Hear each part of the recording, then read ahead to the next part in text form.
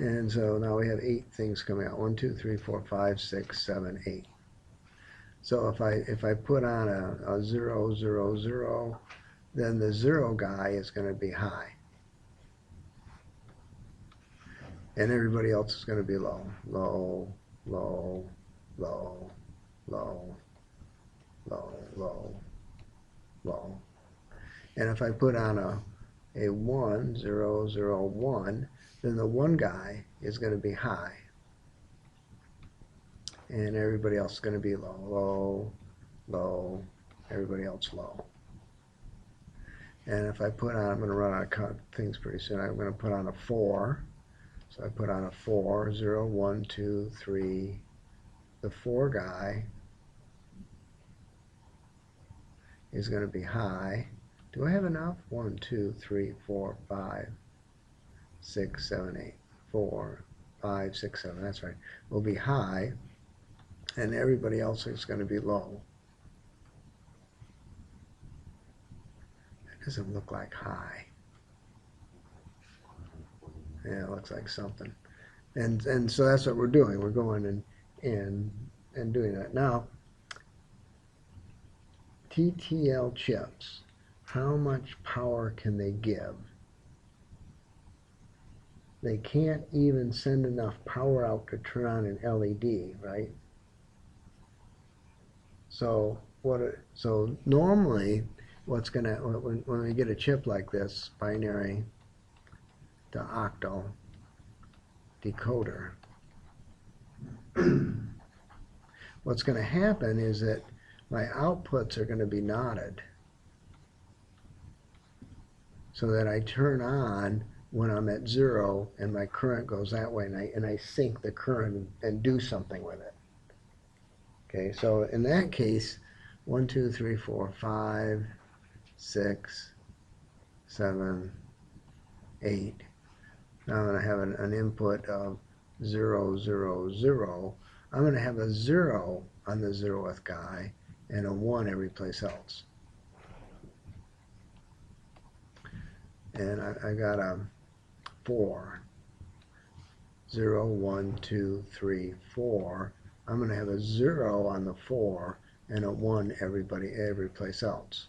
Because that way I can sync current and actually turn something on other than another TTL chip someplace. Okay? 101, isn't that 5? Oh, I don't know. That better? Okay. All right. It depends. It might, if this is a little bit of label this B2, B3, B2, B1, B0. All right.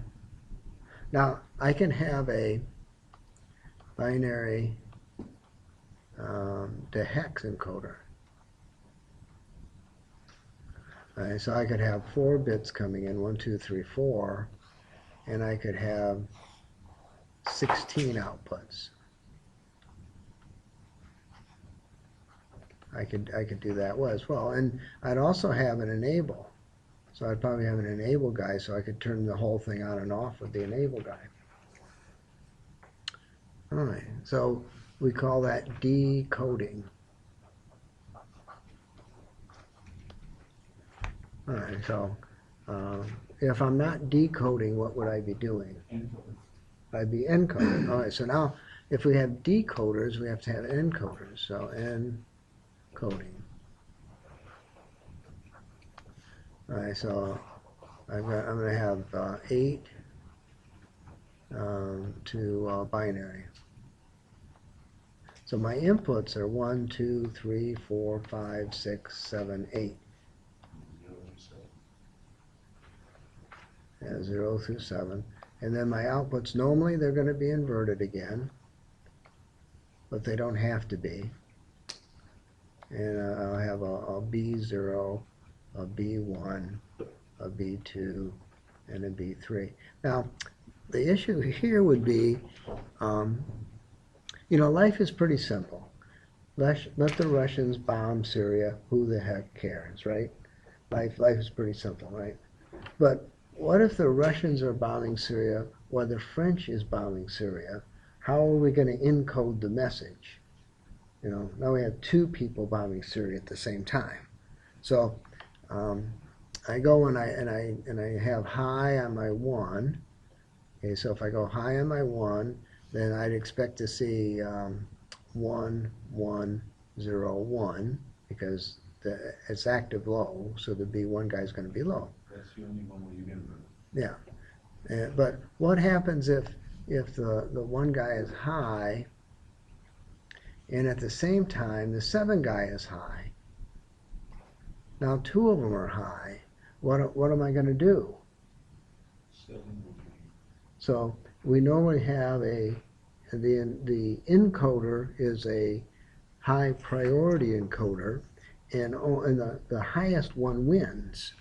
So if the highest one wins, the 7 one wins, and we'd have a 1, 0, 0, 0 for my 7, because I'd invert my 7 to be 1, 0, 0, 0 coming out of that guy. All How's right. the one on the B3? Well, what is 7? 7 is 0, 1, 1, 1, right? But my signal's inverted. I'm knotted. So my output would look 1, 0, 0, 0. That's why there's a 1 on the B3. Okay. If my output wasn't knotted, then I would have that. My output wasn't knotted. All right, now, give me an example where I'd want to encode something, followed by the decoding of something.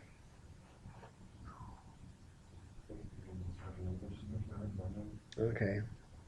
How many little boys do we have in the room? 1, 2, 3, 4, 5, 6, 7, 8. Have you ever gone to a Coke machine and before you put in the money, pushed 2 buttons? So, you've always put in your money first and then pushed a button, right? Not once in your entire life have you ever held in every single button on the Coke machine and put in your money while holding them, right? You pushed all the buttons on the elevator, didn't Huh? So, what's going to happen? Well, let's go upstairs and find out. Let's go upstairs. There's a Coke machine up there. We'll hold all the buttons in. Put it in our Coke. Nothing's gonna happen. Huh? Nothing's gonna happen. We'll go. Let's find out. What's going to happen? They do. I don't believe you. They never did. It's always good. You have pushed all the buttons on the elevator.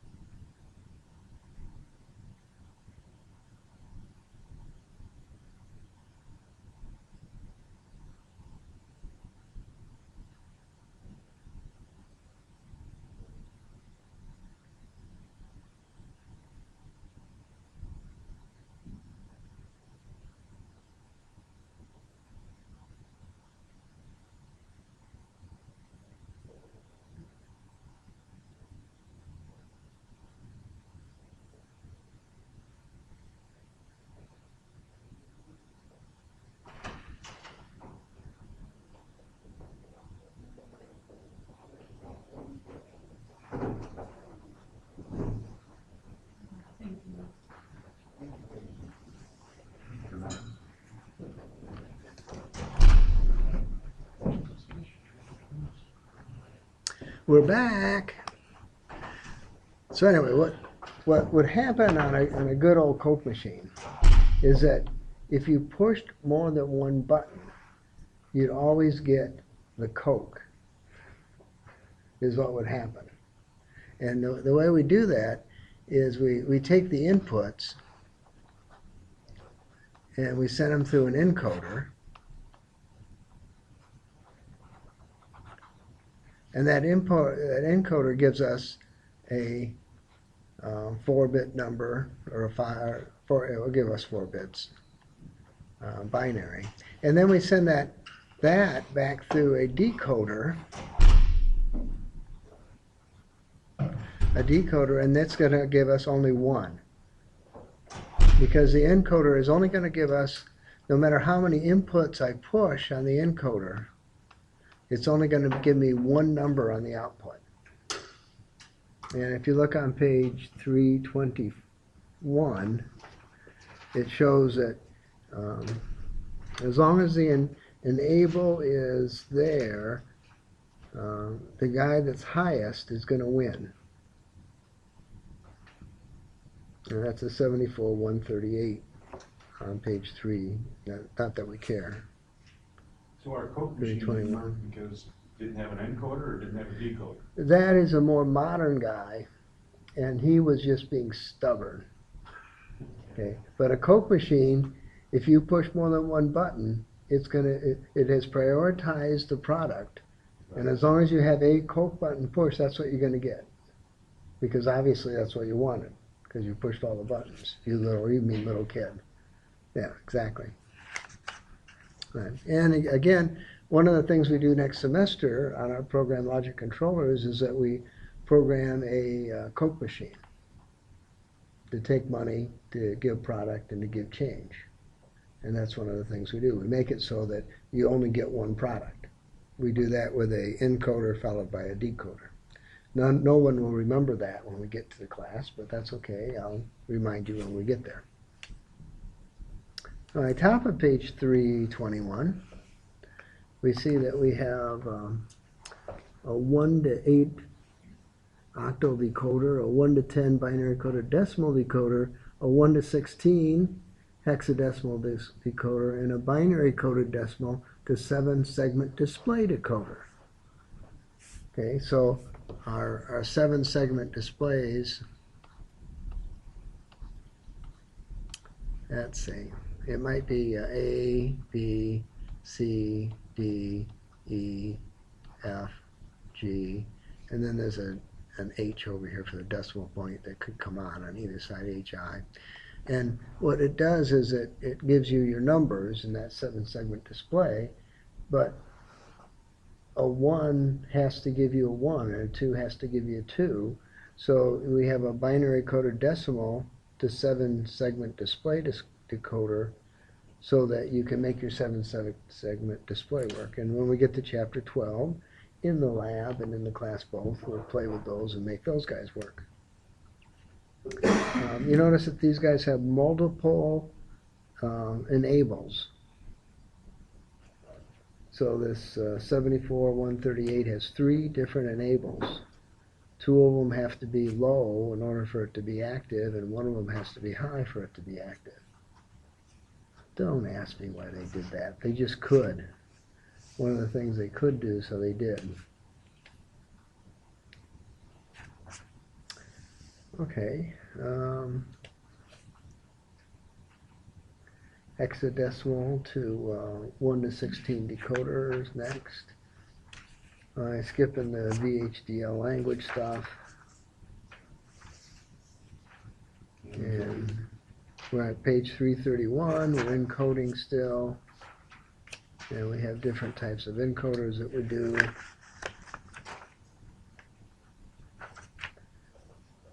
Decimal, the binary coded decimal encoder.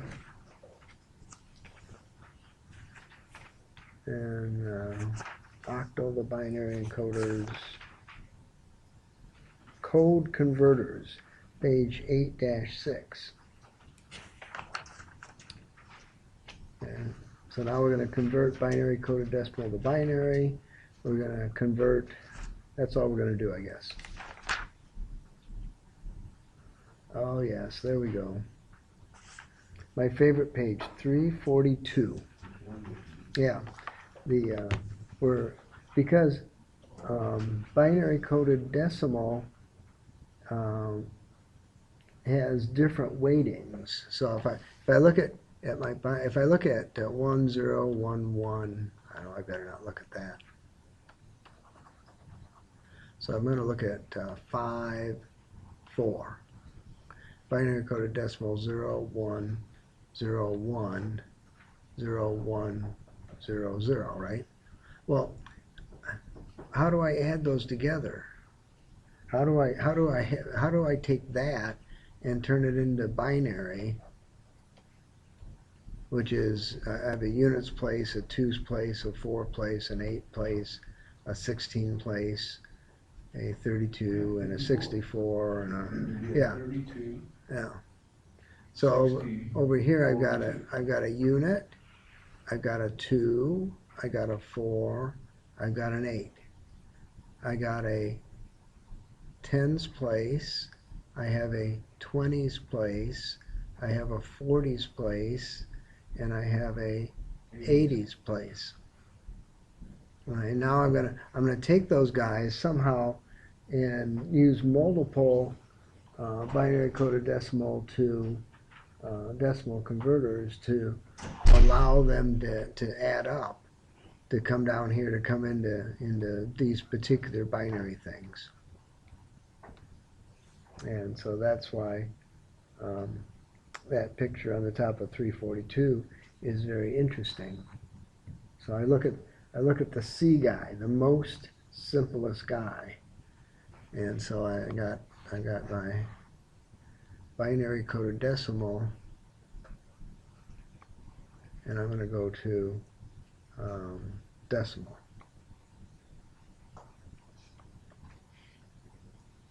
Now I'm going binary to binary coded decimal. I guess I don't care about him. I guess I will. I don't care. I will do that. So I'm going to go binary to binary coded decimal. All right, so the first bit of binary goes straight through. We don't even look at it. The second bit of binary comes in. The third bit of binary comes in. Fourth bit. How many are we sending in? The fifth bit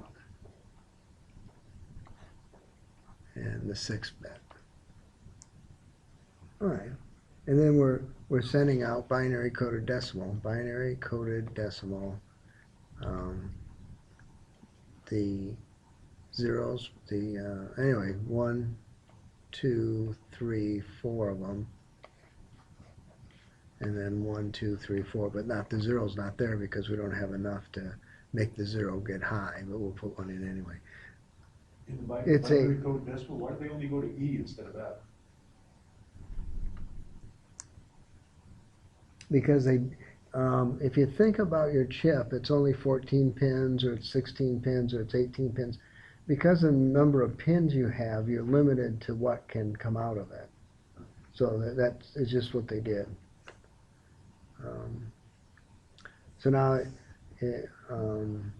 I hope I never have to do that again. But I did 15 years ago. I decided I'm going to take the entire, not just most significant, least significant bit. I'm going to take 3 bits of binary coded decimal and show that it works. And I did that. It was really cool. I was on the board, but no one cared, including me. And so we don't do that anymore. But clearly these chips are pretty complicated in what they're doing and how I'm wiring them up, and they're only going to work if you put them in the order that they show in the book. And so if the book's not open to that page, we can't do it. Okay, now anything weird yet? All right, now we're going to get to weird. All right, we haven't been weird yet. We compared things, we encoded things, we decoded things. Now we're going to talk about gray code.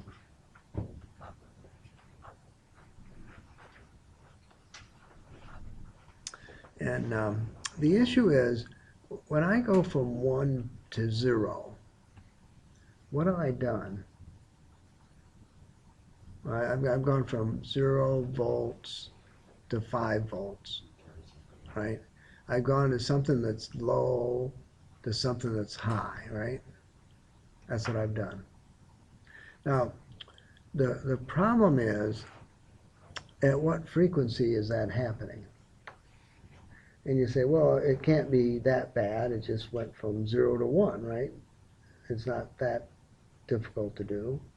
Well, electricity goes down the wire because it's going up and down. It has some frequency associated with it. So if you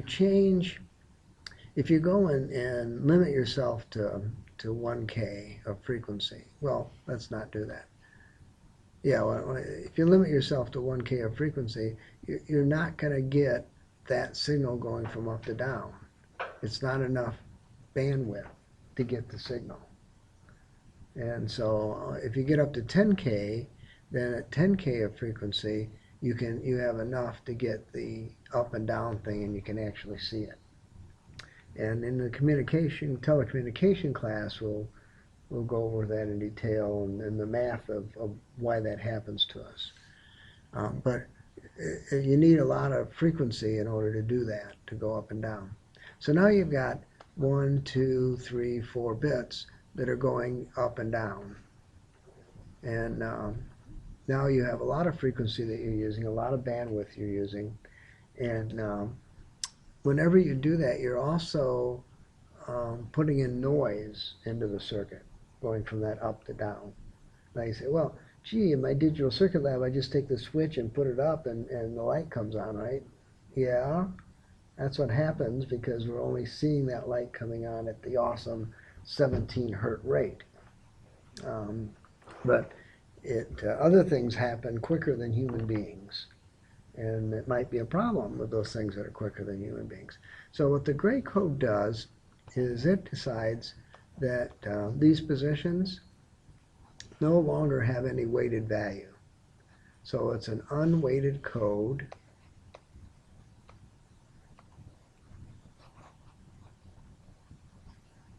And only one bit is going to change at a time.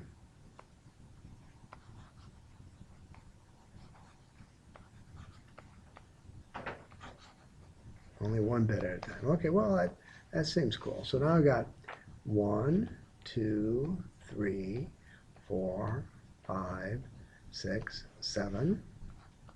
That's my decimal. And then I've got binary.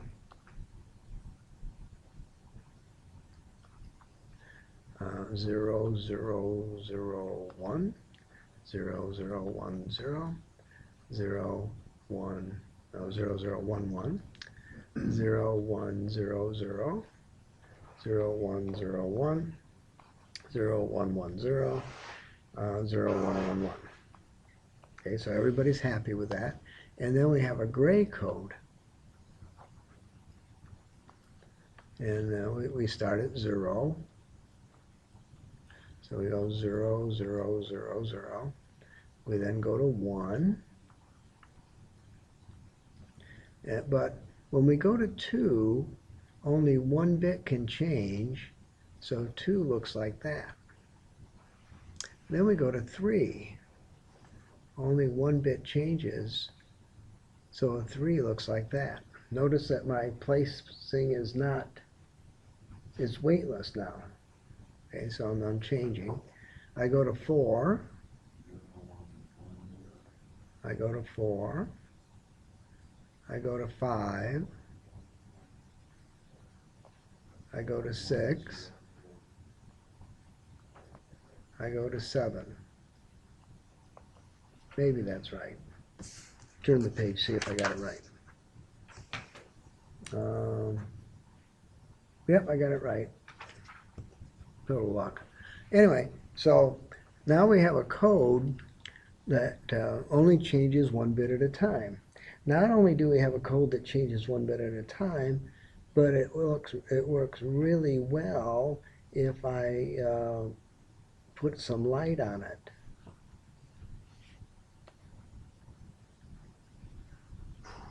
All right, I'm gonna put some light on it. So if I have this wheel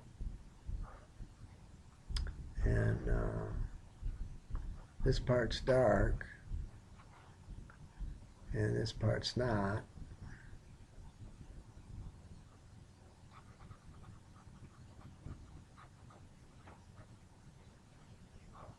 and I rotate the wheel, what's going to happen? And I put a light on one side and I put something to collect the light on the other side. I see as the wheel turns, I get 0, 1, 0, 1, 0, 1, right? As the wheel turns. And then I can go and I can make, I can add a second wheel. Okay, so we're going to add a second wheel. I'll put it here, like that. Make this guy dark.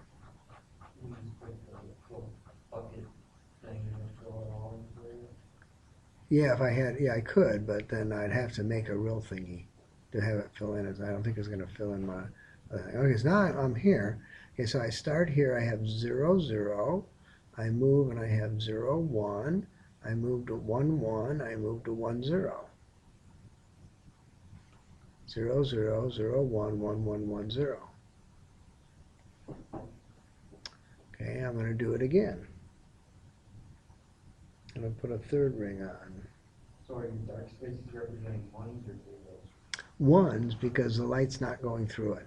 Or zeros, depending on how you look at it. Doesn't really matter. So yeah, this would be 0, 0, because they're both dark, light's not going through it. I got 0, 1.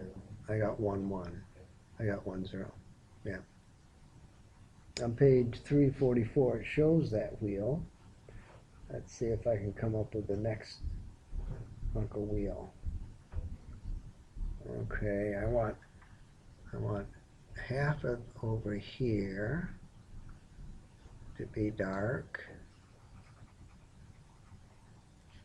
and half over here to be dark.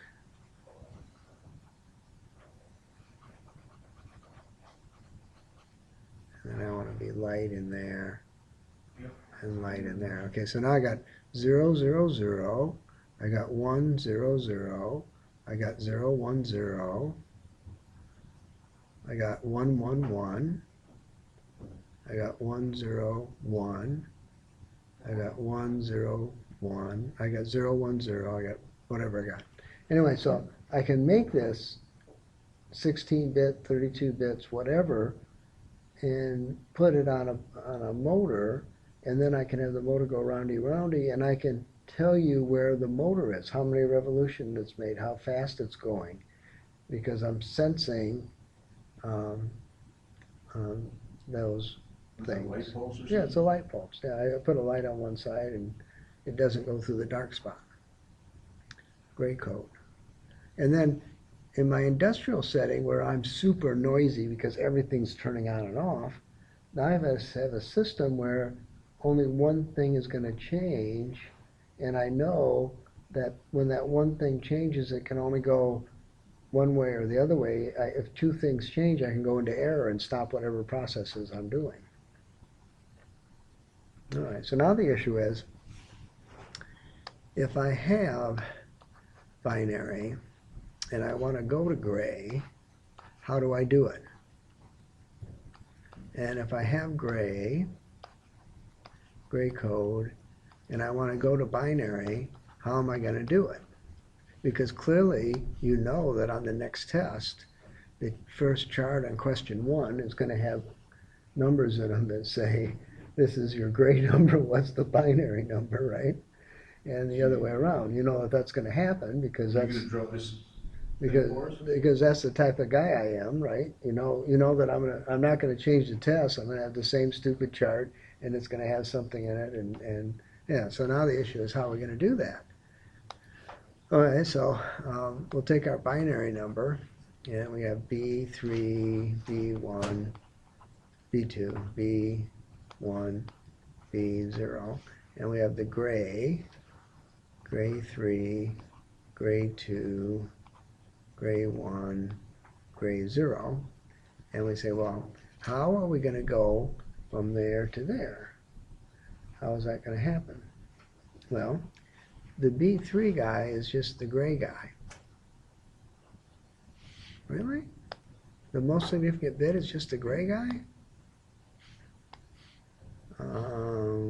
Most significant bit is the gray guy. Yep, he sure was. If we only had 3 bits, the most significant bit would be the gray guy. Yep, he certainly is. All right, so the most significant bit is going to be the gray guy. All right, that seems cool. Then I'm going to take that most significant bit and the 2 guy, and I'm going to do an exclusive OR. And I'm going to come up with the gray 2. And I'm going to take the 2 guy and the binary bit, do an exclusive OR, and come up with that guy. And I'm going to take the next guy,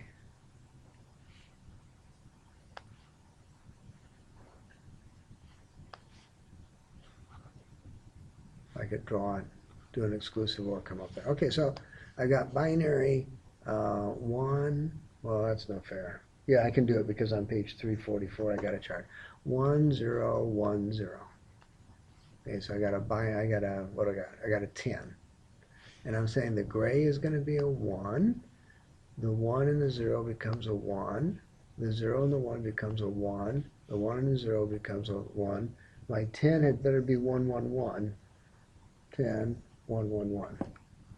Okay, page 344. All right, let's do it again. I got a 1, 1, 0, 1. Okay, the 1 goes through and I get a 1. The 1 exclusive OR with the 1 gives me a 0. The 1 exclusive OR with the 0 gives me a 1. The 0 exclusive OR with the 1 gives me a 1. So that's 1, 1, 0, 1. That's a echo, right? No, it's a delta. It's 13. And 13 is a 1, 0, 1, 1, which is exactly what I have down there. So this seems to work. And it doesn't matter whether I have 4 bits or 16 bits or 32 bits or 1,976 bits. The first one is going to be is going to go right straight through, and then I'm going to do an exclusive OR, high guy, next guy, high guy, next guy, high guy, next guy. All right, now we got to go the other way. And we have gray 3, gray 2, gray 1, gray 0. This is sort of like extraterrestrials, right? The grays. Except I think they're GRE-wise, right? Yeah, they're GRE-wise, yeah. Figured as much. And I'm going to go binary 3, binary 2, binary 1, binary 0. Well, if the most significant binary guy was the most significant gray guy, then the most significant gray guy must be the most significant binary guy, right? I mean, that seems to be the case. Then I'm going to do an exclusive OR between him and the output. And then I'm going to do an exclusive OR between the next guy. That's an exclusive OR. What's the output of the exclusive OR? Is it 1001 or 0110?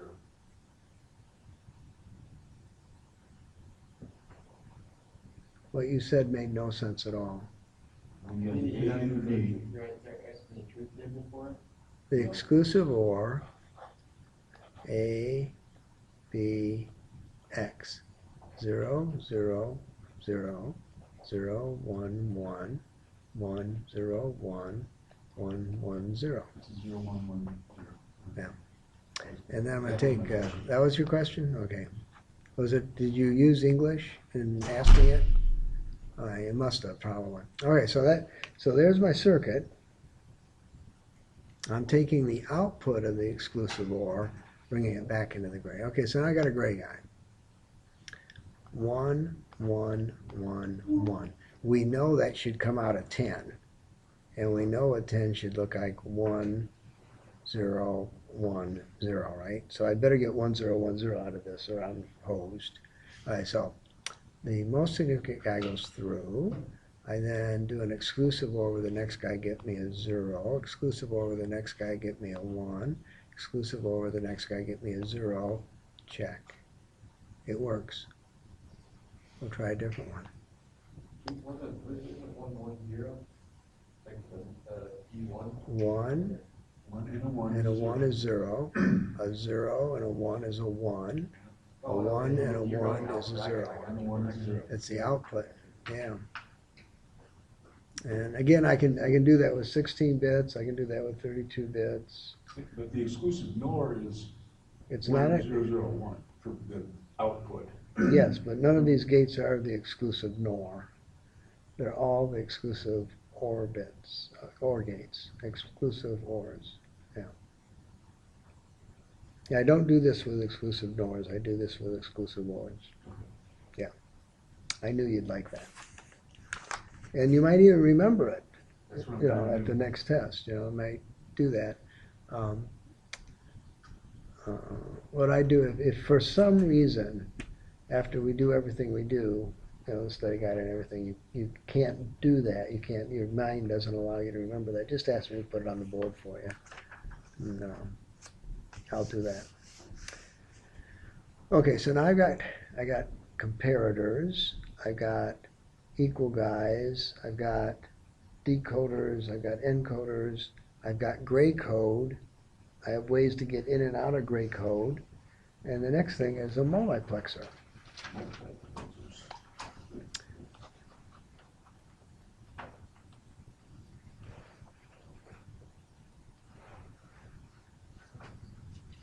Oh, I can't spell multiplexer. It's okay. Multiplex. Multi. Now, give me a place we use multiplexers. Just one lousy place. We also have demultiplexers. We'd use them together. One lousy place.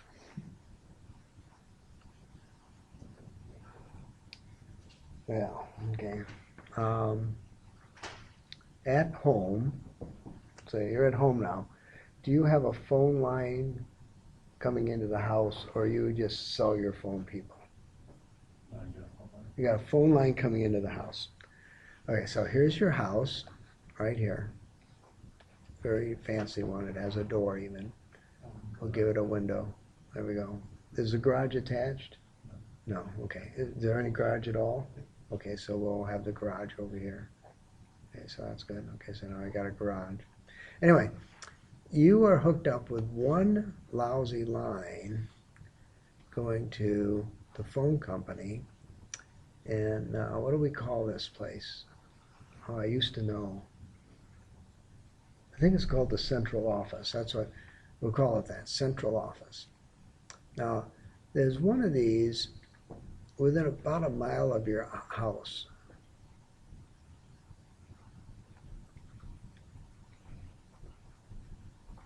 And if you're calling Grandma who lives next door, then you're gonna go to that central office. It's gonna switch you back to Grandma's house on her line. It's never gonna leave there. It's a nondescript building, no windows, a door with no windows on it that's locked. And about maybe 4 times the square foot of this table is all it is. And it has 1,000 phone lines hooked up to it. Copper from 1,000 different places coming into it. Now, leaving that central office, you may go someplace else. Grandma might not be at the same central office. Leaving that central office is a T1 line. That T1 line has 10 telephone calls that are multiplexed on it. So when I talk to Grandma next door, it's an analog signal going to the central office, an analog signal coming back, unless I have coax communication, then it turns to digital at the computer box that's sitting on my house, then something else is happening, right? Because I'm using a fiber optic line to get to the central office, but I'm still getting to the central office. What I do, You used to get some calls mixed into that's the right. call. I'm going to show you how those calls are going to get mixed. Yeah. So at the central office, I'm going to multiplex those calls on a T1 line, same piece of copper that's going to your house, but now we call it a T1 line, and there are 10 phone calls on it at the same time. Okay. Those 10 phone calls can go up 7 layers. They don't have to go up 7 layers. They can go up 7 layers before they get to another house, before they start coming down. So the T1 lines are multiplexed together to a T2 line, where you're going to have 10 T1 lines multiplexed out of that one T2 line. Okay, well, yeah. So think about this. I'm talking, and I'm doing something, right? I'm making some wave with my voice. What do I have to reconstitute that wave someplace else? How many samples on that wave do I have to take?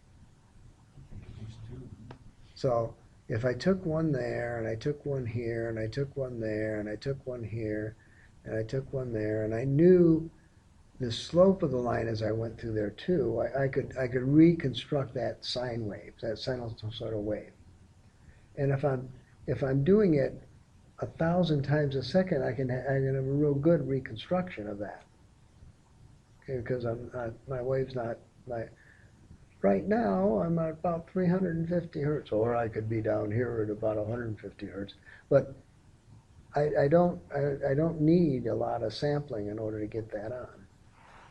And anyway, and your phone company is only giving you 3Ks of bandwidth anyway. So they're not giving you a lot of bandwidth to reconstruct it and get it. After my T2 line, I have a T3 line, and the T3 line takes 10 T2 lines and multiplexes them together. And then after that, I got a T4 line, and that T4 line takes 10 T3 lines and multiplexes them together. And then after T4, I have my S lines, S1, S2, S3, which are my fiber optic lines, and I can put every and an S4 line, I can put every TV channel that's known to man on it at the same time. And some of these might be going through microwave towers, they might be bouncing off of satellites, they might be doing any number of things to be connected to Grandma's house. But that's what I use multiplexing for. I can multiplex voice communication, I can multiplex data communication, so that I can use one lousy piece of copper to have multiple signals on. And then the crossover that you hear when you hear somebody else's conversation, and they can't hear you, they can't hear you, they could hear somebody else, is being caused when I demultiplex it and I'm off just a little bit in the timing. And now I have Grandma plus somebody else coming over. All right. And again, in the telecommunication class, we'll worry more about that. But what I'm going to do on the multiplexer is I'm going to have inputs. So let's say I got 4 inputs, 1, 2, 3, 4. And I'm only going to have one output. And then inside here, I'm going to have a selector switch that selects these guys. And then I'm going to have a set of signals. I'm going to have a selector 0, or we've got selector 1, selector 0. And now, depending on what these guys are, will be where my switch is and what gets put on the output. So if I have a 1 there, and this guy, and this is the 0 guy, and I have 0, 0 selected, I'd get a 1 output. If I had a 0 there, and this was a 1 guy, and I did a 0, 1, my selector switch is selected to the 1 input, I'd have a 0 output. if I had a 0 there and I selected the 1, 0, and this is the 3 guy, I'd get a 0 output. And if I had a 1 there on the fourth, 1, 2, 3, this is the third guy. That's the second guy. Then I'd have selector 1, 0, 1, 1, and I'd select that and get a 1 out. So I have some timing mechanism telling the multiplexer which input I want sampled. And as long as I'm doing it 10 times faster than the inputted analog signal hertz is, I'm going to get the whole thing. So as a human being, we normally talk somewhere between 100 hertz and 300 hertz. As long as I'm sampling at 3,000 hertz, I'm going to get I'm going to get a demultiplexer at the other end to get everything. Okay, so that's my multiplexer.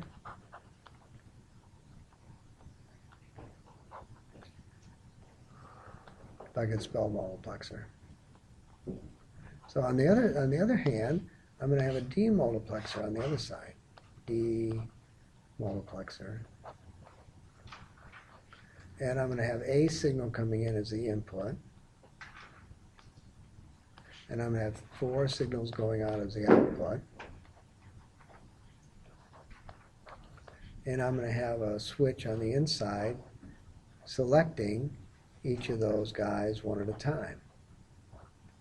And then I'm going to have a S1 and S2, S1 and S0, that's going to tell it where to select to send it the right way. And with a little bit of luck, the timing of these guys and the timing of those guys are going to be dance ass, and I'm going to get the right signal out. Okay, and there's no reason I can't do that. I can have cesium beam clocks that can be accurate to 10 to the minus 9th nanoseconds, and I can have my timing correct. No technical reason I can't do that. So now I'm multiplexing the signal, and then I'm demultiplexing the signal to get it back. On page 348, we have an 8-line multiplexer. The output is either inverted or not. So I have a Y and a Y not. Well, that's pretty good. Y and a Y not. Excellent. In the book, I don't see the demultiplexer drawing. Yeah. Well, keep turning the page. There it is, page 357. Simpler one, 356.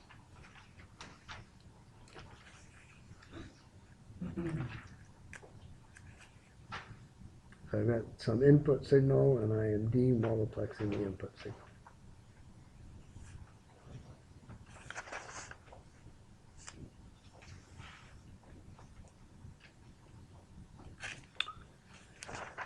Okay. Any questions about that other than we haven't done the homework yet? Simple enough concept. Again, we're not going to concern ourselves about the 5,000 different gates inside the multiplexer or demultiplexer. We're going to look at the big picture, what it does, inputs, outputs, selections, enable pin. What we're going to do. Okay, it's page 359. We are going to use a demultiplexer. No, we're going to use a decoder to select a memory bank for our computer system. Well, we don't do that anymore, do we? No, we have one lousy memory chip that has 10 gig on it, and we don't have to pick a bank, right? But in the good old days, when our address bus was only 16 bits long, and our memory on our and we only had 1K or 1 meg on our memory chip, then we'd have to go and figure out which memory chip we're looking at. And so on page 359, we're deciding which memory chip we're looking at, depending. So the top 1, 2, 3, 4 bits of memory is going to be encoded to tell us which memory bank we're going to, and then the bottom 0 through 11 are going to go to that chip and get the data off of it. So we're decoding that. We have an alarm system going on page 360 where we're doing an encoding of the alarm system. So some alarm goes off and the guys at the other end of the phone get some number, 345. What does that mean? Then they can look it up and find out why you're alarming.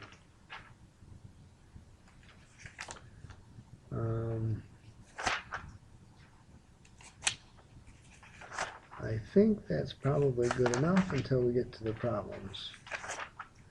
Okay, let's look at the vocabulary. Let's not look at the vocabulary. Okay. Too many multi-syllable words in the vocabulary. Alright, so I'm looking at problem 8.1. Design a binary comparer circuit using exclusive ORs and a NOR gate that will compare two 8-bit binary strings. Hint, blah, blah, blah. Label all the lines in your design and with the digital labels that will occur when comparing. Okay, so we want to design an 8-bit, a binary comparator circuit for 8 bits. All right. And I want to do it with exclusive ORs and a NOR gate. Okay. And of course, I'm not going to do this in the vacuum. I'm going to go back to section 8.1 and steal the circuit. All right, so there it is. I'm going to use exclusive ORs. So in the comparator that they have, they use exclusive NORs and a AND. Okay, so we're going to use exclusive ORs and a NOR.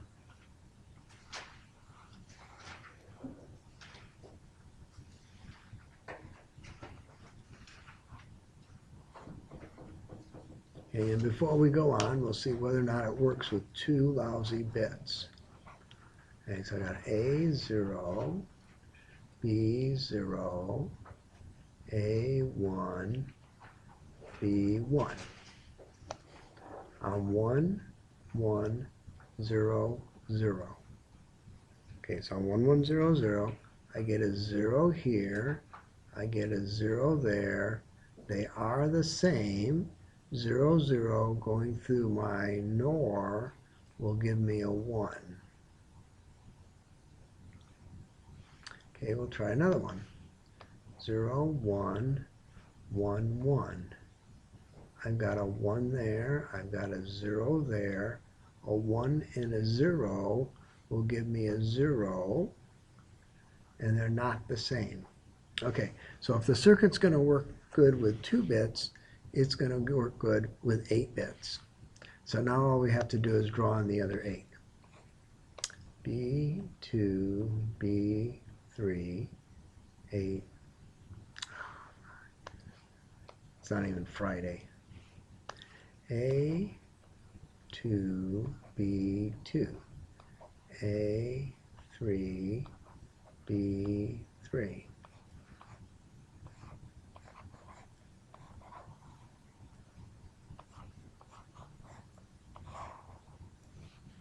Better make this guy bigger. A4, B4. B4 what? B4 lunch? No, it's after lunch. A5, B5, A6, B6, A7, B7.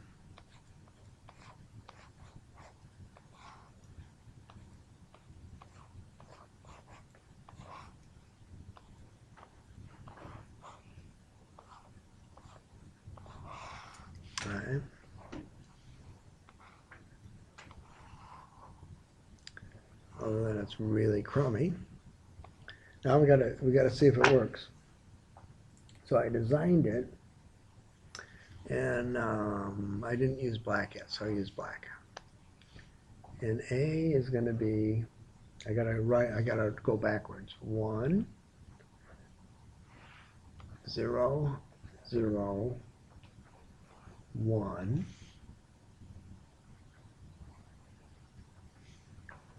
1, 0, 1, 1. And B is going to be 1, 0, 0, 1. 1, 0, 1, 1. All right, that being the case, I have a 0 coming out, I got a 0 coming out, I got a 0 coming out, I got a 0 coming out. I've got a 0, I got a 0, I got a 0, I got a 0, I got a 1. Because all those zeros go into my NOR to make a 1. My demitted NOR.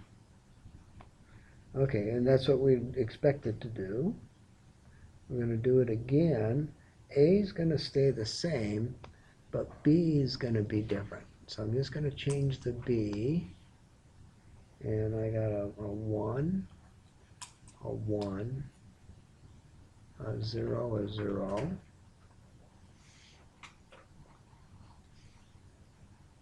I've got a 1, a 1, a 0, a 0. Did not come down far enough. Okay, so I get a 1 here, I got a 1 there, I got a 1 there, I got a 0 here. I got a 1 there, I've got a 0 there, I've got a 1 there, I've got a 0 here. I got if any of these guys are 1, then this becomes a 0. So is that all we're looking for? Is Yeah. just an output of 1 and 0? Yeah, output's 1 or 0. So they're not the same, I should get a 0. They're not the same, I got a 0. 8-6. The problem is that conceptually, you go from, you look in the book, find the one that's close, make it work for 2 bits. If it works for 2 bits, just expand it to work for more. 8-6. What state must the inputs E, not 1, E, not 2, and E, 3 be in to enable the 74-138 chip? Okay, well, they all have to be high, so 0, 0, 1, and now they're all high. What does the X indicate? X, what does it do? Mark the spot? The X means I don't care. It doesn't matter if it's a 1 or a 0. Here's what the X means. I don't care. It does not matter. It does not matter. Okay, so the circuit's being controlled by something else. It doesn't matter whether I got a 1 or a 0. 8-6. 8-10. Turning the page. Repeat problem 8-9 for the input waveform function shown below. Now I've got to turn the page and read 8-9. 8-9. Sketch the output waveform given the inputs shown to this 74 138 chip, which is a, what is it?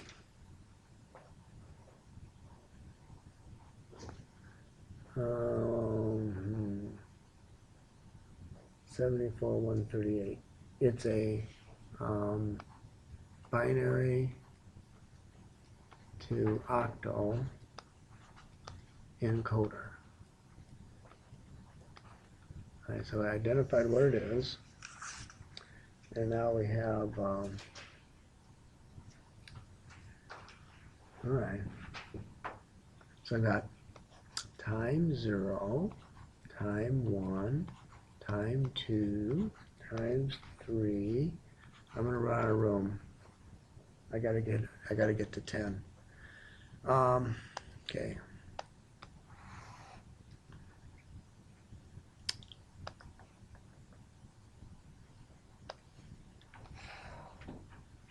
Okay, there's 1, 2, 3, 4, 5, 6. Try to do this on your homework. 7, 8, 9, 10. Okay, got that. I have enable 1. Enable 1. Okay, it's gonna start low. 1, 2, 3, 4, 5. At 6 it goes up. 0, 1, 2, 3, 4, 5, 6 it goes up. It stays up. And then don't I have 10? And then it goes down. 1, 2, 3, 4, 5, 6, 7, 8, 9, 10. But I need a 0 guy. So I need to add 1. So I add 1 more. Okay. Then we got change your colors. E to not. Okay, so I start low. I go high. And I stay low. Okay, and then we got an E3.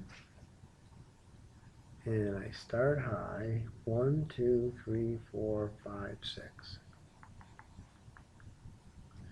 And then I go down, and I go up. Alright, so I got my enables all set. Okay, now I've got A1.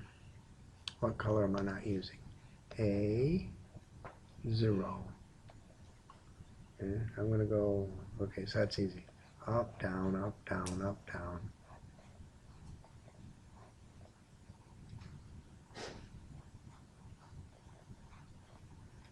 And A1,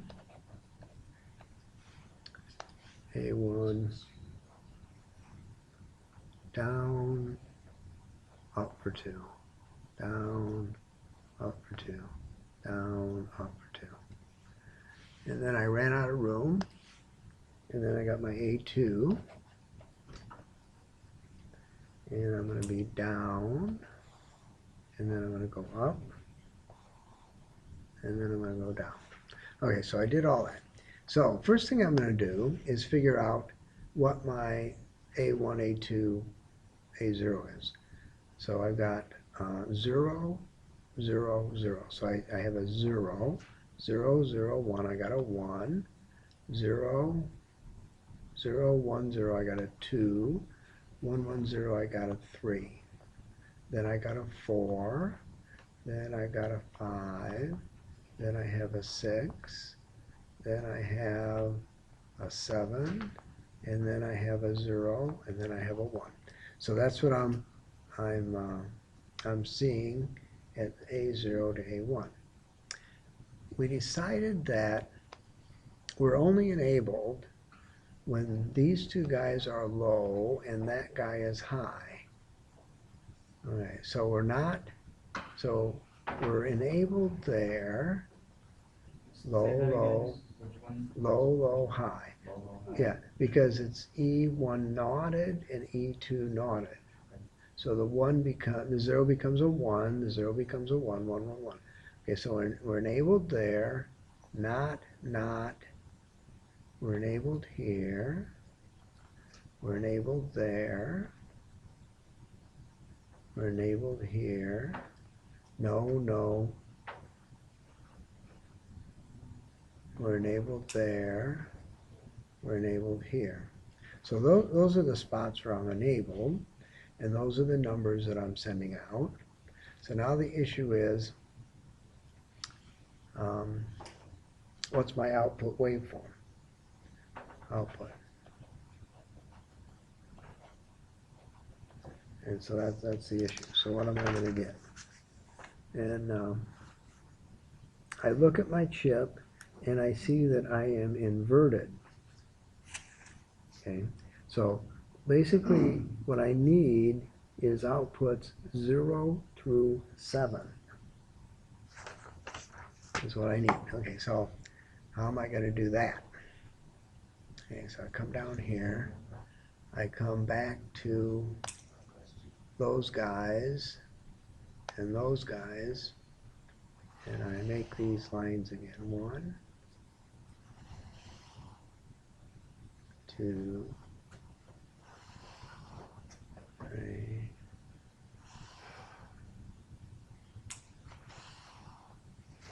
4. This is where your niece's crayons might come in handy. In case you don't have a daughter to steal them from. Alright, so that's what we got. We're like that. We're going to come back up and go enable, no, no, 3 enables, no, no, 2 enables, no, no. Okay, so we got an enable, no, no, 3 enables,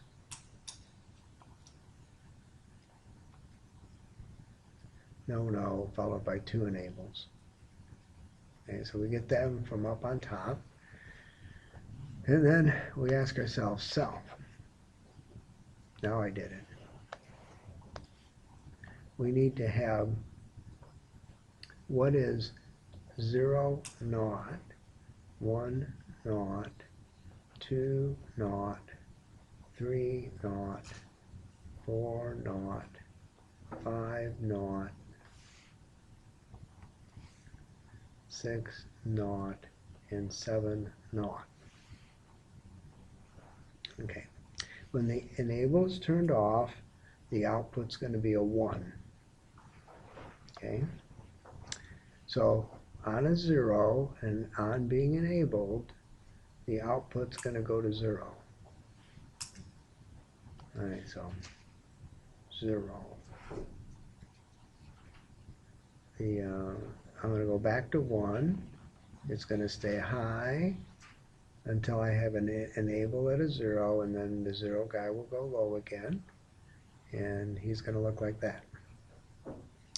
My 1 guy is going to start low. He's only going to go high if it's enabled with a 1. Oh, I am so hosed.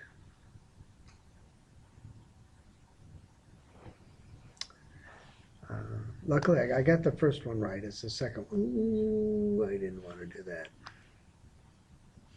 All right.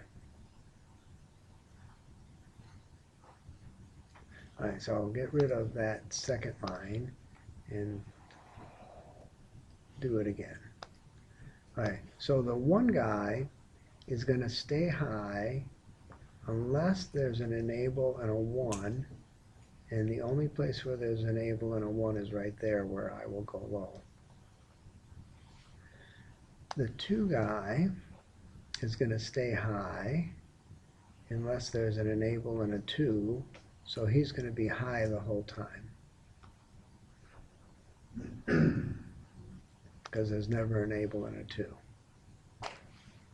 The 3 guy is going to stay high unless there's an enable and a 3. Then he'll go low. The 4 guy will stay high unless there's an enable and a 4.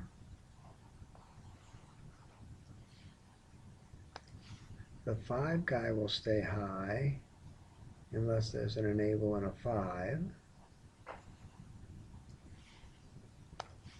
The 6 guy will stay high the whole time because there's never an enable and a 6. And the 7 guy will stay high the whole time because there's never an enable and a 7. Okay, so that's the process. Decide what it is you're decoding and decide what each of the signals are doing as they get there. That was 810. 815. Sketch the waveform given the input shown for figure B815B to the figure B815A. Okay. Sketch the waveform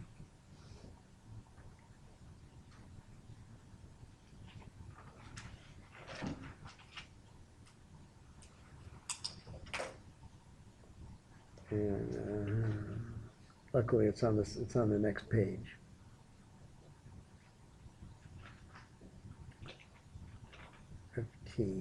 Okay, so how are we going to do that? 8-15. So I want to know what A0 is, what A1, what A02 is, what A03 is, E0 and GS0. Okay. E, enable output. What is GS? I don't know. 74,147. So look in 8.5.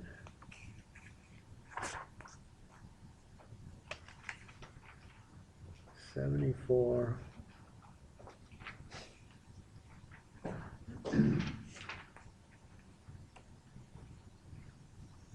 right. On page 355, G.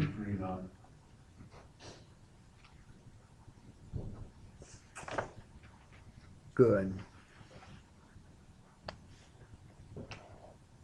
All right. So GS0 is low except when everything is high,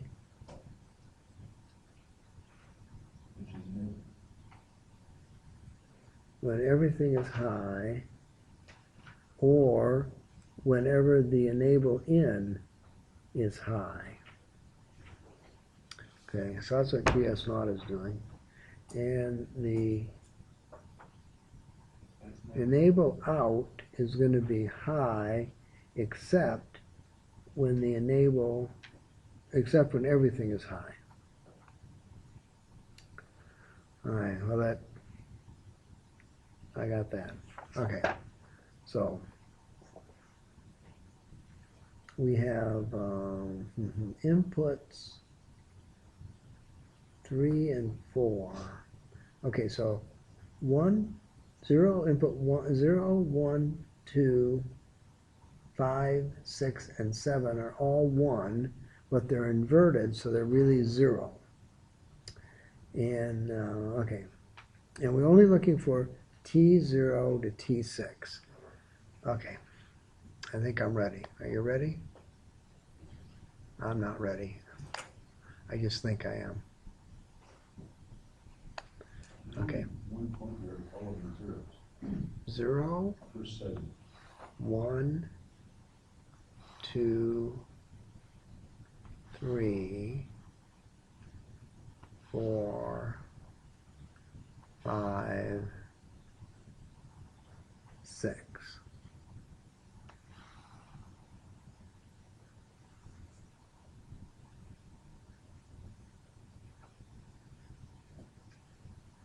Alright. Okay, and these guys are the outputs. Alright. How many enables are there? There's only one. Alright, so we need to look at, where's my color? There's my color. Okay, so we need to look at enable input not. And it's going to go low past 1, 2, 3 of them. Then it's going to go high, and then it's going to go down. So I'm enabled, I'm working here, here, here, and over there. I'm going to be enabled. So whatever it is that I have is what I have. Okay, so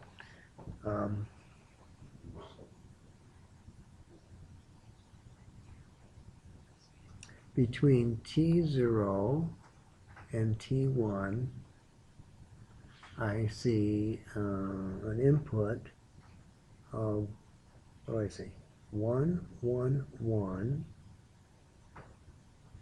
0, 1, 1, 1, 1. And the only guys that are changing are these guys right here. Everybody else is a 1. All right, now, so that's the input that we see. What's the output that we see? This guy, these guys are all inverted, so we see a 0, 0, 0, 1, 0, 1, 0, 0, 0, which is a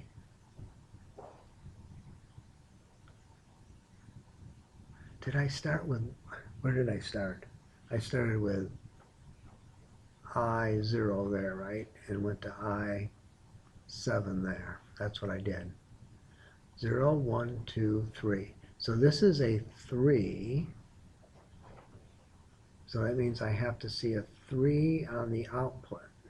So a 3 on the output would be a low there, which is inverted to a 1, a low here, which is inverted to a 1, and a high there. So low, low, high. Because I am enabled,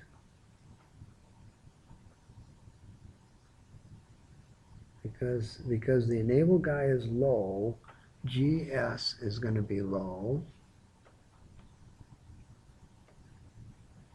and GO is going to be low as it's going to be high. Why is that? Well, I'm looking at page 335, and 335 says GS naught is going to be low, unless EI is high, which it's not, or all the inputs are high, which they're not. Okay, so that means that GS has to be low.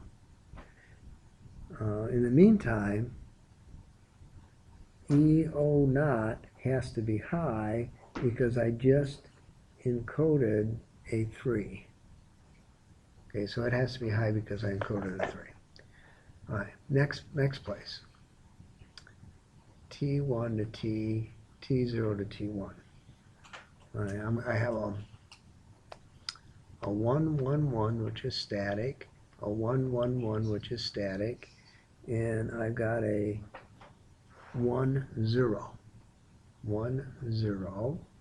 Why is there two T zeros for the chart? No, that's a 1 and that's a 2. We're on 1 to 2 now. Yeah, we're on 1 to 2 now. 0, 1, 2, 3, 4. So this is a 4. So in order to have a 4, that's a 1, 0, 0, but it gets inverted and it's a 0, 1, 1. All right, so I want this guy's going to go low, that guy's going to go high, that guy's going to go high.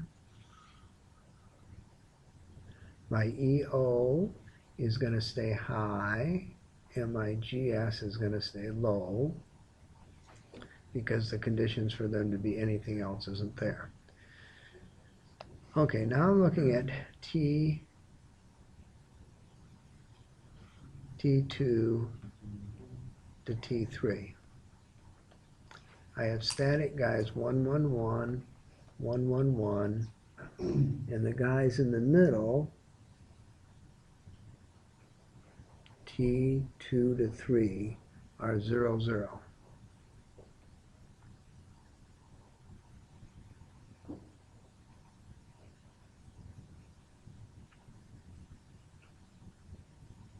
Okay, 0, 0. Okay, so that decodes to a 1, 0, 1, 2, a 3 or a 4.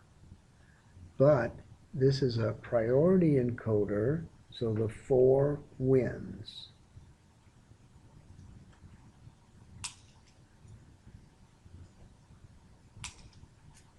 Okay, so the 4 is going to win. And a 4 is going to be the same that we had last time. Are you just getting all this binary information from this little table on 335? This set of numbers here, that set of numbers, Yeah. I'm getting that from page 373. On page 373, I see that the 74-184 has pins I, 7, 6, and 5 are all 1s. Pins I0, I1, and I2 are all 1s. And I3 and I4 are changing, depending on what time I have. Right. So that's where I'm getting that from. And then I'm looking at who the low guy is, because the low guy is controlling. And then it's a priority one, so the highest low guy is controlling. Okay, so this guy's a 4, so I'm going to keep the 4, which inverted is a high, high, low. And in both cases, we don't change either of these guys because nothing has changed. Okay, now, my enable has gone away. So I'm back on page 335. If my enable goes away, everything goes high. Not everything, but almost everything goes high. So I go high, high, high. My GS guy goes high. And my enable guy goes low. My enable output goes up. Point, right? Yeah. It's all Yeah. A in 0 Yeah. 0 and 1. See, what happens is that the enable in went high. When the enable in goes high, we don't care what any of the other inputs are. Everything's going to go high. Is that what happened? The results all go high. The GS. Yeah. All that goes high. Yeah, this guy has to stay high too. Everything stays high. And that's a result of the enable going away. Okay, now we're looking at T4 to T5. We have guys that are not going to change, 1, 1, 1, 1, 1, 1. In the center, T4 to 5 is a 0, 1. A 0, 1 means a 3. A 3 is going to be 0, 0, 1 because it's an inverted 3. He's still high, he goes low.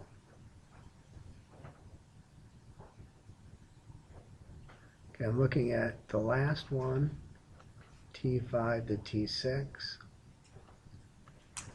I have a 1, 1, 1, I have a 1, 1, 1 on the other side, and I see a 1, 1 in the middle. Would the EO for the last one go low if everything's high like that? For the last one? Yeah, for the last one. For the last one we did, or the last one that we're about to do? It would be the T4 to T5, the last one we did. No, It wouldn't? no. These no, it wouldn't.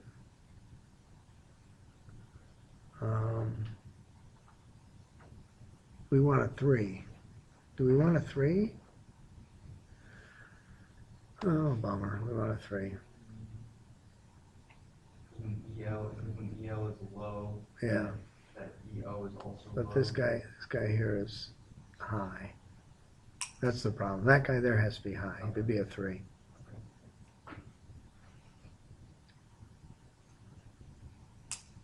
Just like that 3 there was high because he was a 3. All right, where were we? We were at everything is high. All the inputs are high. So if all the inputs are high, this guy's going to be high, that guy's going to be high, he's going to be high.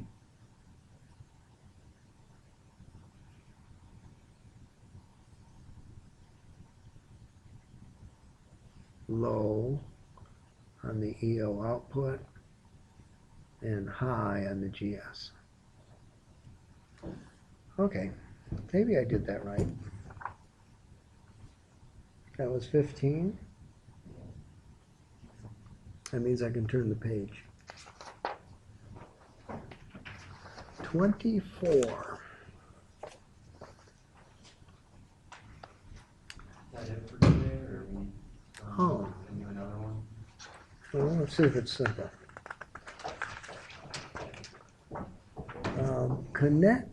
Let's see.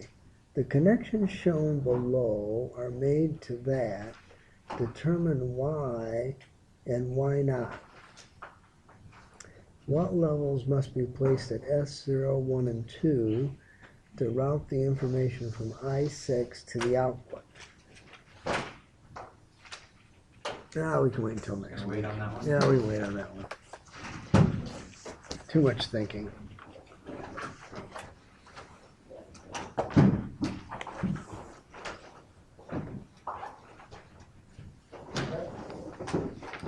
I hope the Packers kick the Cowboys' ass this year. Why is that? He's the only guy that gets them.